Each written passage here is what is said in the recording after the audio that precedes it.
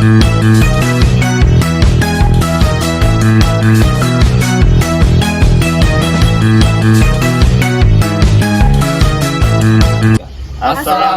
warahmatullahi wabarakatuh. Perkenalkan, kami dari kelompok 2 yang terdiri dari saya Isati Najar Faisal Saya Saiful Arta. Saya Muhammad Faiz Ramadan. Saya Andi Marjuna.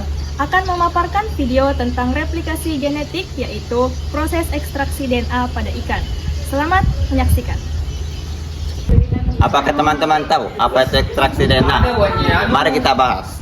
Ekstraksi DNA adalah proses pemisahan dan pemurnian pada sel ikan dengan cara melisiskan sel dan memisahkan DNA dari komponen seluler lainnya seperti protein, lipid, dan RNA.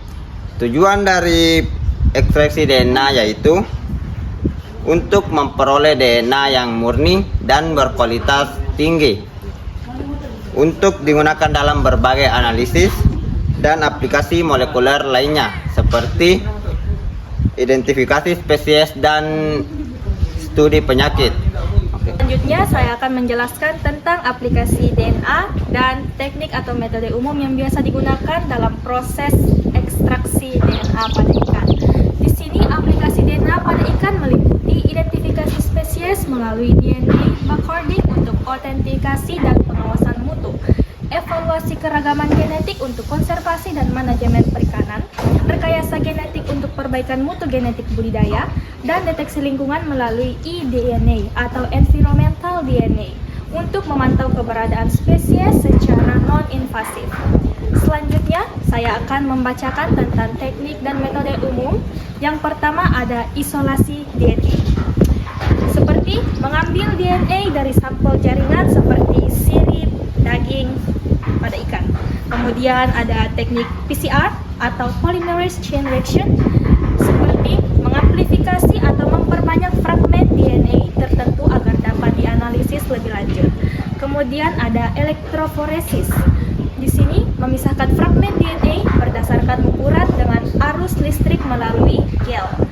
Dan yang terakhir ada FISH atau fluorescent in situ hybridization, atau biasa disebut dengan teknik visualisasi genetik yang menggunakan probe DNA berlebar fluorescent untuk mendeteksi urutan spesifik pada kromosom. Terima kasih.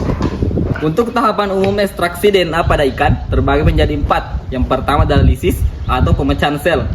Sel ikan dipecah secara mekanis atau misalnya dengan digerus atau menggunakan larutan pelisis untuk melepaskan DNA dan komponen seluler lainnya.